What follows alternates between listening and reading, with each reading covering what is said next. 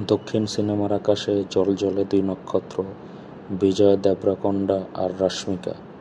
ভক্তদের কাছে এরা শুধু অভিনেতা নন, একেবারে আবেগের নাম। বিজয় দেবরাকোন্ডা অর্জুন রেড্ডি ছবির মাধ্যমে রাতারাতি সুপারস্টার। ওর সাহসী অভিনয়, অনন্য স্টাইল আর কারিশমা ভক্তদের হৃদয় জয় করে নিয়েছে। অন্যদিকে রশ্মিকা মান্দানা, যিনি আজকের দিনের ন্যাশনাল ক্রাশ। গীতা গোবিন্দম থেকে শুরু করে পুষ্পা, প্রতিটি চরিত্রে নিজের মিষ্টি হাসি আর দুর্দান্ত অভিনয় নিয়ে সবার মন ছুঁয়েছেন। তারকার প্রথম বড় কেমিস্ট্রি দর্শকরা দেখেন গীতা গোবিন্দম সিনেমায়।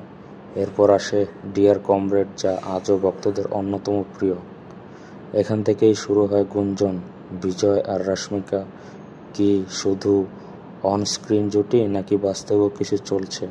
আর এখন সোশ্যাল মিডিয়ায় ভাইরাল একটাই খবর, বিজয় দেবরাকোন্ডা আর রশ্মিকা নাকি বাগদান সম্পন্ন করেছেন।